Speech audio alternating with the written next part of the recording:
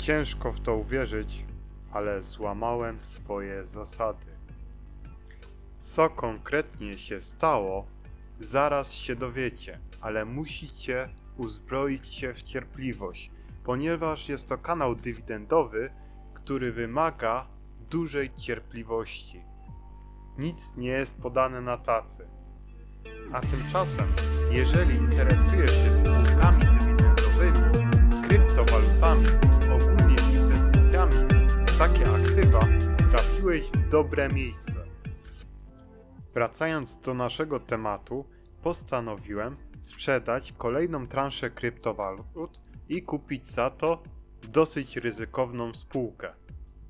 Jest to niecodzienne zjawisko, ponieważ to zagranie jest poza moim planem i zastanawiam się, czy przypadkiem nie doprowadzi to do tego, że stracę pieniądze.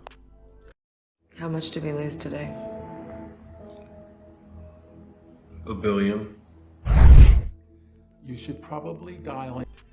Na to pytanie jednoznacznie nie da się odpowiedzieć, ale na pewno za kilka lat będzie wiadomo, czy to była dobra inwestycja, czy zła inwestycja, a ja umożliwię Wam zobaczenie tego w przyszłości.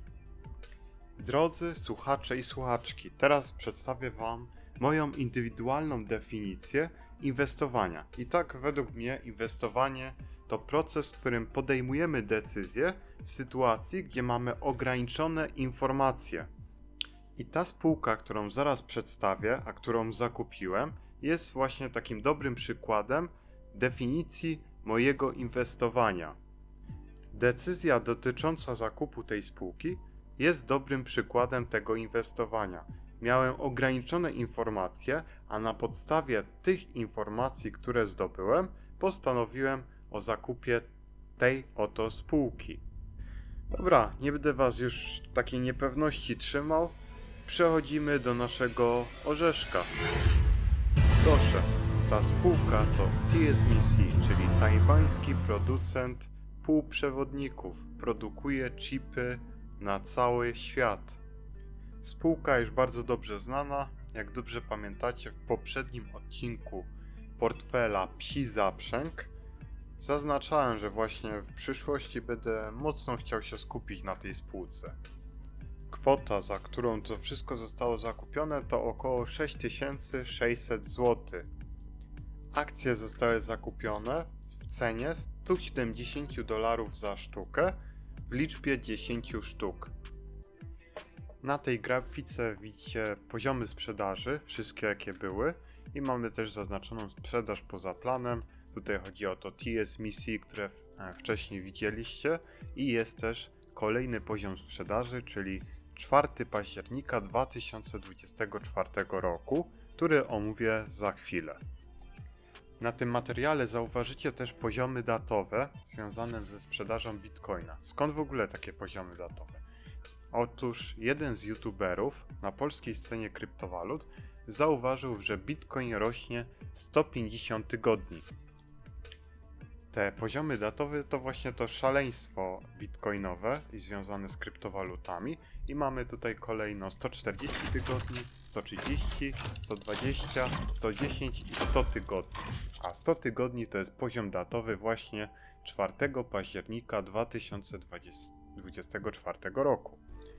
Dobrze, moi drodzy, przechodzimy teraz do kolejnego zakupu i jest to spółka Rio Tinto. Jak wcześniej wspominałem, chcę dojść do 15%, więc mamy zakupy Rio Tinto.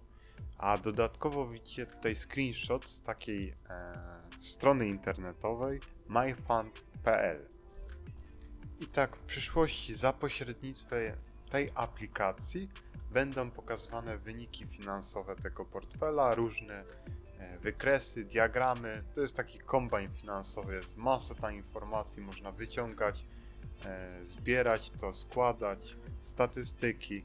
Bardzo fajne narzędzie, płatne oczywiście, ale nie jest to wygórowana cena. Jak chcemy się profesjonalizować, być coraz lepsi, no to trzeba też włożyć dodatkowe pieniądze i takie narzędzie jest też płatne.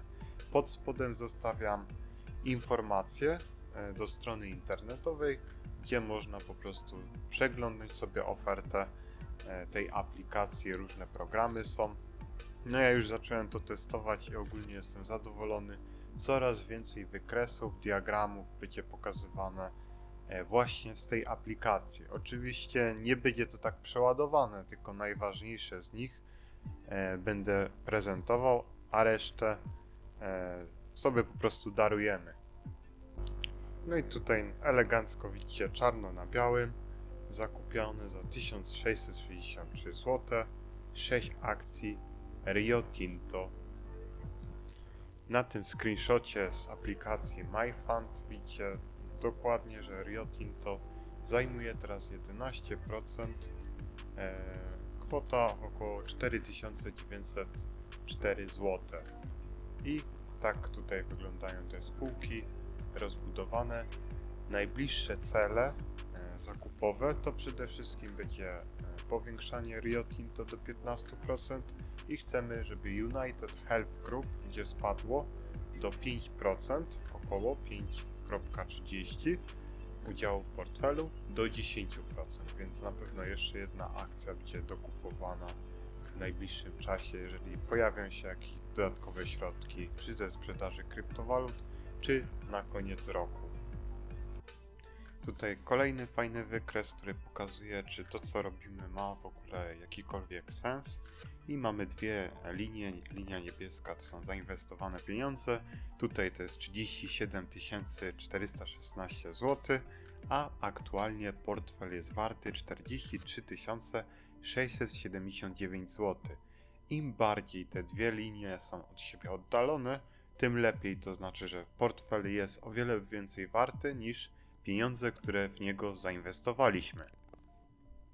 Tutaj mamy podsumowanie już portfela całościowo.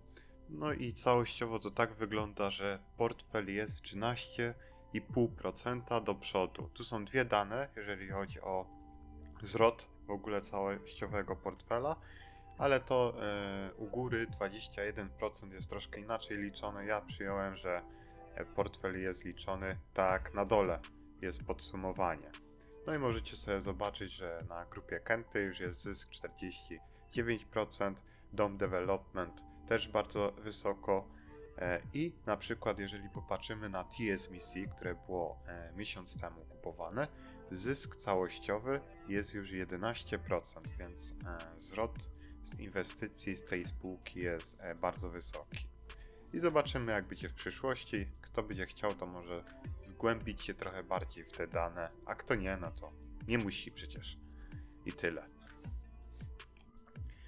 Moi drodzy słuchacze, powoli będziemy kończyć tą historię, ale jest jeszcze kilka rzeczy do omówienia. Jedną z nich jest przede wszystkim to, że wszystko, co tutaj zostało przedstawione, jest moją opinią, a nie poradą inwestycyjną. To samo dotyczy portalu MyFund, czyli tego agregata finansowego, który przedstawiłem wcześniej. Jeżeli uważacie, że faktycznie te materiały są wartościowe, to zachęcam wszystkich do zostawienia łapki w górę oraz subskrypcji kanału. Jak staniecie z boku, możecie pomyśleć, że ten kanał tworzę przede wszystkim dlatego, że chcę podnieść swoje ego. Chcę pokazać, że jestem wspaniałym inwestorem. Ale to jest iluzja. Psi Zaprzęg to portfel, który przede wszystkim jest pamiętnikiem audiowizualnym, który ma udokumentować działania inwestora Shaolin, zarówno te pozytywne, jak i negatywne. A przy okazji, jeżeli ktoś wyniesie z tego procesu jakieś wnioski, będzie tylko dodatkowym plusem dla społeczności inwestorów. Do zobaczenia wkrótce. Żegnam, Shaolin.